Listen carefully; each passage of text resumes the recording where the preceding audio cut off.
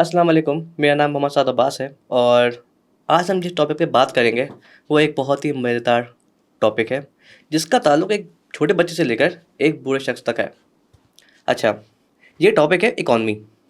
اب کوئی بھی شخص ہو، ہر کوئی اس کے بارے میں بات کرنا جانتا ہے کہ آج اکانومی ہماری ڈوب رہی ہے، کل ہماری اکانومی اوپر جا رہی ہے۔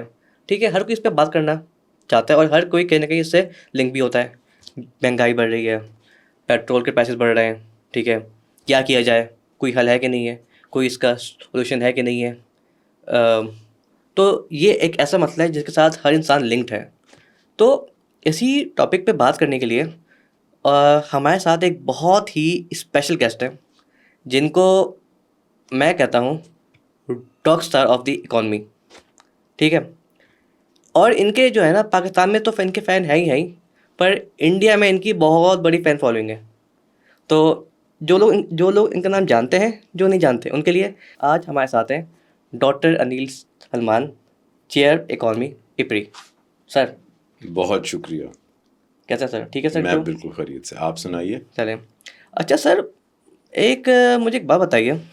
ہم لوگ بہت کرتے ہیں بات کہ اکانومی کے یہ حالات ہیں، پاکستان کے یہ حالات ہیں، انفلیشن بڑھ رہی ہے، لوگوں کے پاس کھانے کو نہیں ہے، بہت ہم اس پہ بات کرتے رہتے ہیں۔ سر، ایک عام آدمی، اس کو پتہ ہے کہ میری یہ انکم ہے اور مجھے اپنی انکم کے اندر رہتے ہوئے مجھے اپنے کرنے ہیں ایکسپینسز۔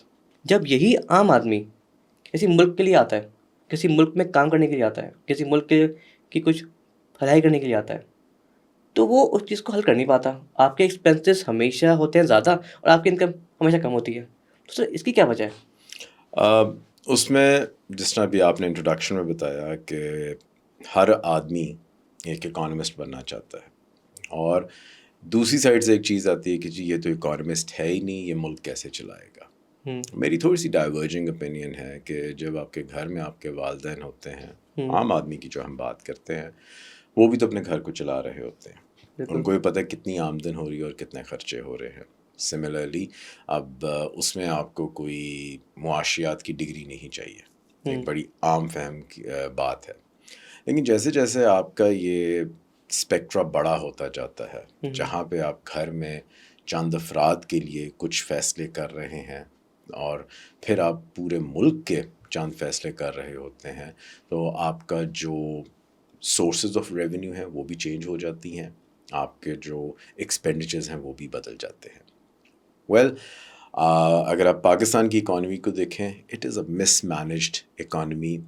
کچھ غلطیاں ہم نے کیں، کچھ غلط فیصلے ہم نے کیے، اور جس کی وجہ سے یہ جو آپ کا اخراجات کا اور جو آپ کا آمدن کا جو گیپ ہے وہ بہت زیادہ ہوتا جا رہا ہے، اور یہ نہیں کہ کم ہو رہا ہے، جیسے جیسے وقت گزرتا جا رہا ہے وہ بڑھتا جا رہا ہے۔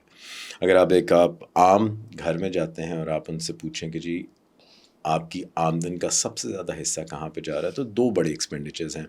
ایک آپ کے گھر کا کرایہ ہے، بالکل، which is fixed، چاہے آپ کے پاس اس مہینے کی تنخواہ آئے نہ آئے، آپ نے وہ گھر کا کرایہ دینا ہے۔ اور دوسرا ہوتا ہے آپ کے ماہانہ اخراجات، جس میں آپ کے بچوں کی اسکول کی فیس ہے، جس میں آپ کے کھانے کے خرچے ہیں، جس میں آپ نے اپنی گاڑی میں پیٹرول ڈلوانا ہے، بجلی کا بل ہے۔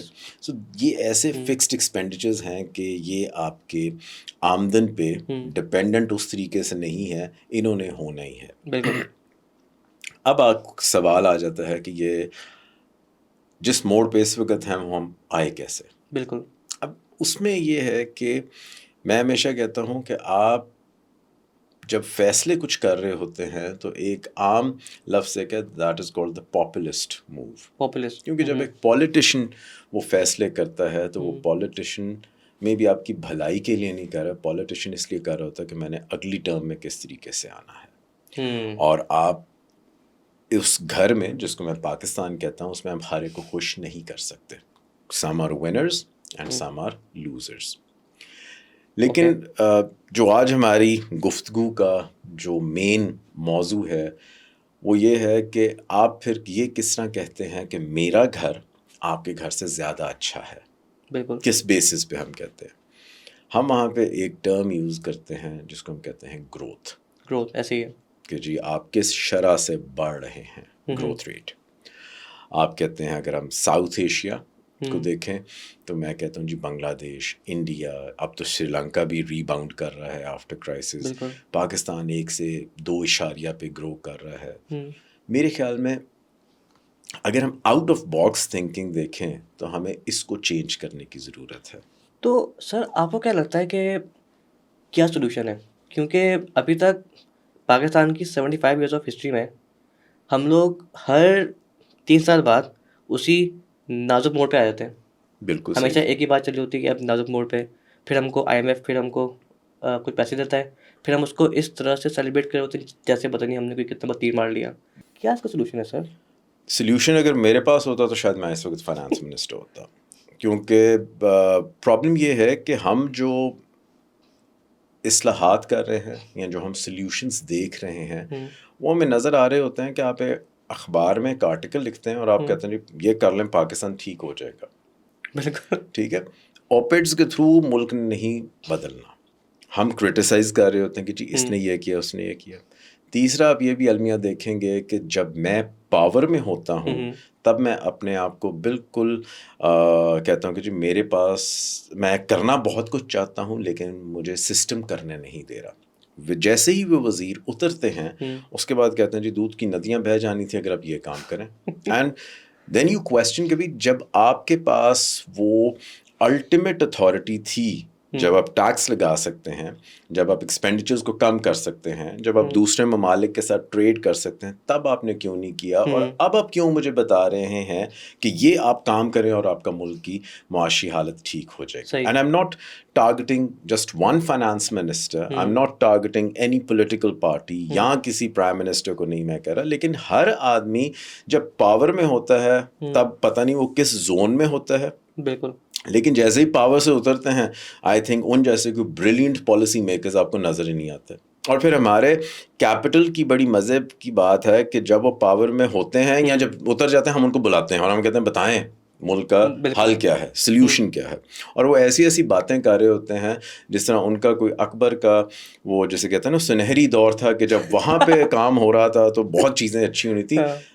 پچھلے 76 سالوں میں ایک چیز نہیں بدلی. And I am not being critical, کئی بہت اچھے وہ چیزیں بھی آئیں اور کئی بہت اچھی چیزیں ہو بھی رہی ہیں پاکستان میں، لیکن ہمارا ایک سیٹ فریم آف مائنڈ ہے کہ ہم دیکھتے ہیں کہ جی انفلیشن کو آپ نے کنٹرول کرنا ہے تب پاکستان ایک اچھا ملک بنے گا. اگر آپ روپے کو اسٹرانگ کریں گے تب آپ کی چیزیں، لیکن آپ کو ایک ڈفرینٹ پیریفری سے دیکھنا ہے. آج بھی آپ کسی پالیسی میکر کو دیکھ لیں، آپ کسی کلاس میں چلے جائیں، وہ یہی کہیں گے جی اگر پاکستان نے ترقی کی راہ پہ جانا تو ایکسپورٹس کریں. Exports need to be the first priority. بھائی we have been doing it. اگر آپ پچھلے 70 سالوں سے یہی اکنامک اسٹریٹجی لگا رہے ہیں اور ہم نہیں آئے اس لیول پہ، ہم نہیں 100 بلین کا ٹارگٹ پورا کر رہے، دین چینج دا اسٹریٹجی. وہ کہتے ہیں نا اگر آپ وہی سوال بار بار پوچھیں گے تو آپ کو جواب بھی وہی ملے گا. لیکن میں کہتا ہوں اس سے بھی آگے یہ ہمارا المیہ ہے کہ ہم سوال بھی غلط پوچھ رہے ہیں، اور اگر آپ سے غلط سوال پوچھیں گے تو آپ کو جواب بھی غلط ملے گا. That's interesting. ٹھیک ہے، اگر میں ایکسپورٹس کے پیچھے ہی جاؤں گا اور میں بار بار وہی اسٹریٹجی اپنی ٹریڈ پالیسی ویسی ہی لے کے آؤں گا، میں ٹیکسٹائل پہ فوکس کروں گا، تو آپ کو رزلٹس بالکل ویسے ہی ملیں گے، اس میں کوئی چینج نہیں آئے گا. اچھا، ہمیں اپنا پیراڈائم چینج کرنے کی ضرورت ہے. ابھی جیسے میں پہلے بتا رہا تھا کہ میں پاکستان کو سکسیزفل، میں پاکستان کو ساؤتھ ایشیا یا میں پاکستان کو ڈیولپڈ اکانومی کے ساتھ جب کمپیئر کرتا ہوں تو میرا ایک پیرامیٹر ہے، that is the GDP growth rate. میں کہتا ہوں اگر کوئی اکانومی گرو کر رہی ہے اس کا مطلب ہے وہ اچھی اکانومی ہے. اور ہم نے اکنامک پروگرس، یہ جو معاشی ترقی ہے، اس کو ہم نے سینونم بنایا ہوا ہے کہ آپ کی اکنامک گروتھ ہونی چاہیے. جو اس وقت جب آپ نے مجھ سے سلیوشن کا پوچھا، میں سلیوشن نہیں بتا سکتا because it's not a linear picture. یہ کوئی یہ نہیں ہے کہ اس ویریبل کو آپ چینج کریں گے تو یہ ویریبل ٹھیک ہو جائے گا. It's a very complex picture. تو مجھے ایک بات بتائیے، کوئی تو ایسا ہوگا سولوشن کہ یا تو ہم لوگ اس پورے، اچھا کیا ہمارا جو اکانومک سسٹم ہے کیا اس میں مسئلہ ہے، کیا ہمیں ایک پورا نیا سسٹم لے کے آنے کی ضرورت ہے، یا آپ کو یہ لگتا ہے کہ ہم اسی سسٹم میں رہتے ہوئے کچھ ہم چیزوں کو ایڈ کر کے ہم اس کو بہتر کر سکتے ہیں؟ دیکھیں ابھی جو اگر آپ اسپیچز سنتے ہیں لوگوں کی تو وہ آپ کو وہ سلیوشن بتا رہے ہوتے ہیں وچ آر پاسبل، لیکن وہ ہمیں بحیثیت قوم سوچنا ہے. ابھی کل پرسوں ایک ویڈیو وائرل ہو رہی ہے جہاں پہ کہا ہے کہ اگر آپ ملک میں انویسٹمنٹ لانا چاہتے ہیں تو آپ سچ بولیں. ٹھیک ہے، بات بہت اچھی ہے، کیسے بولیں گے آپ؟ میرے خیال میں ماں بچے سے پوچھتی ہے بیٹے پیپر کیسا ہو، وہ بھی جھوٹ بولتا ہے کہ بہت اچھا ہوا ہے پیپر، حالانکہ پتہ ہے اس کو فیل ہو جانا ہے. ٹھیک ہے، تو اگر آپ اسکول کے زمانے سے ہی جھوٹ بولتے آ رہے ہیں تو آپ کہاں سے لے کے آئیں؟ میں کہتا ہوں جی آنیسٹی ہو جائے. بھائی دیز آر دوز ویریبلس کہ آپ اسکولوں کے نصاب سے ایتھکس کو ختم کرتے جا رہے ہیں. آپ اسکولوں کے نصاب میں آپ کہتے ہیں جی قرآنک اسٹڈیز ہم گھر میں پڑھا لیں گے، آپ ان کو صرف انگریزی پڑھایا کریں. تو جب آپ ایتھکس یا آپ جو ریلیجس ٹیچنگ ہے وہ ختم کرتے جا رہے ہیں یا اس پہ آپ پرائیورٹی نہیں دے رہے، آپ کس طرح کہیں گے کہ جی ایک جب بڑا انویسٹر ہے وہ کہ جی آپ سچ بولیں تو جی آپ کی انویسٹمنٹ آ جائے گی؟ بالکل. اگین آئی ڈاؤٹ اٹ کہ ہم سلیوشنز بڑے ہائپوتھیٹیکل سلیوشنز بڑے ایبسٹریکٹ قسم کے دیتے ہیں جو کہ شاید نہ ہوں. اور یہ نیشن بلڈنگ ہے، جو آپ کو چھوٹے ہوتے سے ہی جو چیزیں آپ کو سکھائی جائیں پھر وہ آپ کی ویلیو سسٹم بن جاتی ہے. اوکے اچھا سر، تو آپ لوگ آپ کے میں نے بھی ایک پیپر بھی آپ نے آپ کا پڑھا تھا جو ڈی گروتھ کے اوپر، آپ تھوڑا سا اس کے بارے میں بتائیں گے کہ یہ ڈی گروتھ ہے کیا؟ اب دس از آلسو اے مسکنسیپشن. میں جتنے مواقعوں پہ بولا ہوں لوگوں کو لگتا ہے ڈی گروتھ مینس کہ آپ اپنی گروتھ ریٹ کو بالکل آپ گرو نہیں کریں گے. This is not like that. The growth کا جو کانسیپٹ ہے وہ بھی اٹس ناٹ کہ ریسنٹلی ایمرج ہوا ہے، کافی سال ہو گئے ہیں، لیکن زیادہ آپ کو یورپ میں نظر آئے گا. ٹھیک ہے، وہاں پہ دے آر ٹاکنگ اباؤٹ کہ جی ڈی گروتھ ہونی چاہیے. میں چائنا کی اگزامپل لیتا ہوں کہ چائنا نے ڈی گروتھ کو تھوڑا سا اپنانے کی کوشش کی ہے. ڈی گروتھ کا کانسیپٹ یہ ہے کہ ہماری جو فیسنیشن یا جو obsession ہے گروتھ کے ساتھ، کہ اگر آپ کو میں کہتا ہوں کہ you are a good developed economy and you are going at the right path, تو میں آپ کی گروتھ ریٹ سے اس کو میجر کرتا ہوں. صحیح ہے. آپ پاکستان کے اندر جو ایوریج گروتھ ریٹ ہے وہ 5% ہے. آپ 5% کے بعد پھر آپ نے ایک ٹرمینالوجی سنی ہوگی جس کو ہم کہتے ہیں جی ڈی پی کولنگ، کہ بھئی آپ تھوڑا سا ٹھنڈا کرو نا، اب ہم ہیٹ اپ ہو گئے ہیں. ٹھیک ہے، سو ہائی گروتھ ریٹس، میں جو کہتا ہوں کہ high growth rates doesn't mean کہ your economy is also developing. So the growth کا یہ مطلب ہوتا ہے کہ اگر آپ دیکھیں گروتھ زیادہ لے کے آ رہے ہیں تو at the cost of what, اس کے ساتھ جو سب سے بڑی نگیٹیوٹی آتی ہے کہ آپ کی سوشل اور آپ کی انوائرمنٹ وہ کیا ہوتی ہے، وہ افیکٹ ہوتی ہے. اور ہم نے پھر بھی جب اکانومسٹ جو شروع کے زمانے کے تھے، جب لوگوں نے ان کے پاس کہا کہ بھئی دیکھیں ہم انڈسٹریلائزیشن تو بہت کر رہے ہیں لیکن اس کے ساتھ ساتھ ہمارا ماحول بہت خراب ہوتا جا رہا ہے، انہوں نے کہا اس کا بھی آنسر کس میں ہے؟ گروتھ میں ہی ہے. اور اکنامکس میں ہم ایک چیز پڑھتے ہیں جس کو ہم کہتے ہیں انوائرمنٹل کوزنٹ کرو، EKC.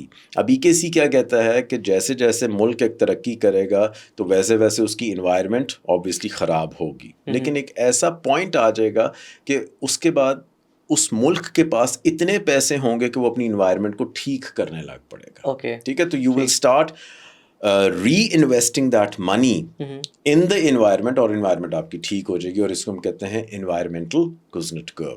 لیکن دیکھیں دا پرابلم از کہ گروتھ میں ہی ہم نے آنسر ڈھونڈا کہ آپ نے اگر اس انوائرمنٹ کو ٹھیک کرنا تو آپ کیا کریں؟ اور گرو کریں.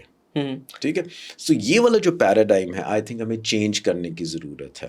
اگر پاکستان اس وقت 1 سے 2% پہ گرو کر رہا ہے، ابھی ہم نے اسلام آباد پالیسی ریسرچ انسٹیٹیوٹ کے اندر اپنا ایک پیپر ریسرچ کی ہے اور اس میں ہم نے ڈفرینٹ گروتھ ریٹ لیے. ایک تو جس طرح ہم جا رہے ہیں اس کو ہم کہتے ہیں بزنس ایز یوزول. آپ نے کہا کہ جی لیٹس سپوز اگر ہم 4% پہ جا رہے ہیں، آپ گرو لازمی کریں گے لیکن at the cost of environment. پھر آپ کہتے ہیں کہ نہیں، ایک اور ہم آج کل ایک چیک لسٹ لیتے ہیں جس کو ہم کہتے ہیں سسٹینیبل ڈیولپمنٹ گولز.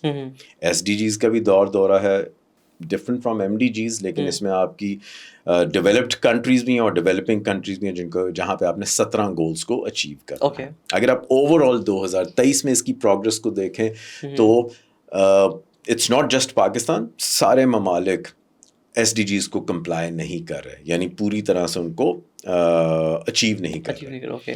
اب ہم نے پاکستان کو دیکھا کہ اچھا کس گروتھ ریٹ کے اوپر ہم سارے 17 کے 17 گولز بڑے آسانی سے اچیو کر سکتے ہیں. تو جو ہماری ریسرچ کہتی ہے کہ 9% پہ اگر پاکستان گرو کرے 9% پہ تب آپ اپنے ایس ڈی جیز گرو کرتے ہیں. لیکن اس کا ایک نیگیٹو امپیکٹ یہ ہوگا کہ آپ کی انوائرمنٹ بہت زیادہ ڈیمیج ہو جائے گی. ابھی آپ وہ یو اے ای گئے COP28 میں اور ہم یہی کہہ رہے ہیں کہ جی آپ کی انوائرمنٹ کو کیسے بچایا جائے.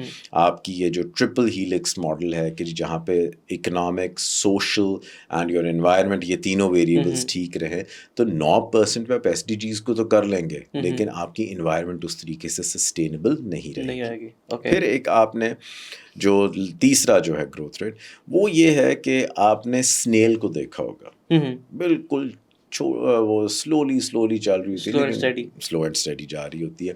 Now this is the symbol کہ جی آپ ڈی گروتھ کی طرف جائیں. ہم نے پاکستان کا 1 سے 2% کے اوپر گروتھ ریٹ کو دیکھا کہ اگر ہم 1 سے 2% پہ گرو کریں کیا ہمارے ایس ڈی جیز اچیو ہوتے ہیں. ابھی ہم 4 پر ہیں اور آپ کہہ رہے ہیں ہم 4 پہ ہیں اور ہم اگر 1 سے 2 پہ کریں اور اگر آپ بالکل اچیو کرنا چاہتے ہیں وہ اب 9% پہ جاتے ہیں which is an impossible dream. Pakistan کبھی بھی 5-6% از دا ایوریج, 7 تک جاتا ہے, اس کے بعد ہم 9 تو کبھی گئے ہی نہیں. اور سر پھر ہمارا ایک مسئلہ یہ بھی ہے نا کہ اگر ہم گرو ہماری اگر اکانومی کرتی بھی ہے تو کیونکہ ہم لوگوں کی امپورٹ بیس اکانومی ہے پھر ہمارے پاس مسئلہ آ جاتا ہے کہ پھر ہم اس کو دوبارہ سے آپ اس کو دوبارہ اور ٹریڈ ڈیفیسٹس آپ کے بڑھ جائیں گے. لیکن ٹھیک ہے 9% والا آپ کے ایس ڈی جیز اپلائی ہوتے ہیں لیکن آپ کی انوائرمنٹ وغیرہ ساری آپ کی خراب ہو جاتی ہے. اب جب ہم نے 1 سے 2% پہ کیا تو 2040 تک آپ کے ایس ڈی جیز آپ کے اچیو ہوتے ہیں لیکن آپ کی انوائرمنٹ ٹھیک رہتی ہے. ٹھیک ہے, اس کو ہم کہتے ہیں ایکولوجیکل سیلنگ کہ بھی آپ اپنے گولز کو اچیو کریں, آپ سارے مل کے اچیو کریں, کوئی بھی ملک پیچھے نہ رہ جائے. لیکن آپ نے جب اچیو کرنا ہے تو وہ اس طریقے سے اچیو کریں کہ آپ اس ایکولوجیکل سیلنگ کو یعنی وہ جو آپ کی ایک پلانیٹری ایکولوجیکل لمٹ ہے وہ آپ کراس نہ کریں. ایون دو ہم اب کراس کر چکے ہیں, اگر میں گلوبلی آپ کو بتاؤں تو آپ کے ممالک نے اس ایکولوجیکل سیلنگ کو کراس کر لیا ہے. سو ڈی گروتھ کا جو فنامنا ہے کہ آپ گرو کرتے ہیں, یہ نہیں ہم کہتے ہیں کہ آپ نے گرو نہیں کرنا, آپ کی اکانومی بالکل اسٹیگننٹ ہو گئی ہے لیکن آپ گرو اس طریقے سے کرتے ہیں کہ آپ کی انوائرمنٹل پریفرنسز کمپرومائز نہ ہوں. Environment is very important. ہم نے جو انوائرمنٹ کے بارے میں ایک خیال بنایا ہوا ہے وہ یہ ہے کہ آپ نے پروڈکشن کی اور جو آپ کا بائی پروڈکٹ ہے جس کو آپ نے پھینکنا ہے وہ آپ واپس انوائرمنٹ میں پھینک دیتے ہیں. پھر ڈی گروتھ پاکستان کے اندر ابھی میں 3-4 میں نے کانفرنسز اٹینڈ کی جس کے اندر ہمارے یہاں پہ ٹیکسٹائل سیکٹر کر رہا ہے لیکن ان کی سوچ بڑی محدود ہے. وہ صرف اس طریقے سے دیکھتا ہے کہ ریسائیکل, ریڈیوز, ری یوز تک اگر آپ جائیں تو جی یہی ہے ہماری اکانومی اور ہم نے اسی طریقے سے اپنا ڈی گروتھ کے فنامنا کو یا سرکولر اکانومی کو ہم کر رہے ہیں. But this is not. آپ دیکھیں گے کہ جیسے جیسے آپ کی قوموں نے ترقی کی وہ جی ڈی پی کی بیسس پہ آئی. لیکن لیٹس ٹریک ڈاؤن کہ یہ جی ڈی پی کا کانسیپٹ آتا کہاں سے. یہ آپ کا آتا ہے 1930 میں. ٹھیک ہے, 1930 کے اندر جی ڈی پی کا جو کانسیپٹ تھا وہ ہر پالیسی میکنگ میں آیا. ایون جب کینیڈی اپنے الیکشنز کے اندر آیا تو کینیڈی کو بھی یہی بتایا گیا, اس نے بھی امریکی عوام کے ساتھ یہ وعدہ کیا کہ جی میں آپ کی اکانومی کو بالکل ٹھیک کر دوں گا, اور وہ تھا کس کے اندر, گروتھ کے اندر تھا. اور 1960 کے اندر ایک ڈیولپمنٹ اکانومسٹ آتے ہیں اور سارے اکنامک اسٹوڈنٹس اس کو جانتے ہیں, اس کا نام تھا راسٹو. اور راسٹو نے اسٹیجز آف اکنامک گروتھ دی کہ جب بھی کسی ملک کو آپ نے ترقی کرتے دیکھنا ہے تو ہر ملک ان اسٹیجز سے گزرے گا. یہ آپ کی 5 اسٹیجز تھیں. اب اس 5 اسٹیجز میں جو آخری اسٹیج ہے وہ بڑی مزے کی ہے اور اس اسٹیج کا نام ہے age of high mass consumption. ٹھیک ہے, ہائی میس کنزمپشن. اب age of high mass consumption means کہ جی راسٹو نے ہمیں ایک پیراڈائم میں ہمیں چھوڑ دیا کہ جب آپ اس پوائنٹ پہ پہنچیں گے تو پھر آپ ترقی یافتہ ہے. لیکن جو سوال آیا کہ یہ میس کنزمپشن کب اینڈ ہوگی. یعنی یو کیپ آن کنزیومنگ اور جتنا آپ کنزیوم کر رہے ہیں وہ آپ گرو بھی کرتے جا رہے ہیں. آپ کی گروتھ تو نظر آ رہی ہے لیکن یہ جو گروتھ ہے آپ کی کنزمپشن کے تھرو نظر آ رہی ہے. ٹھیک ہے.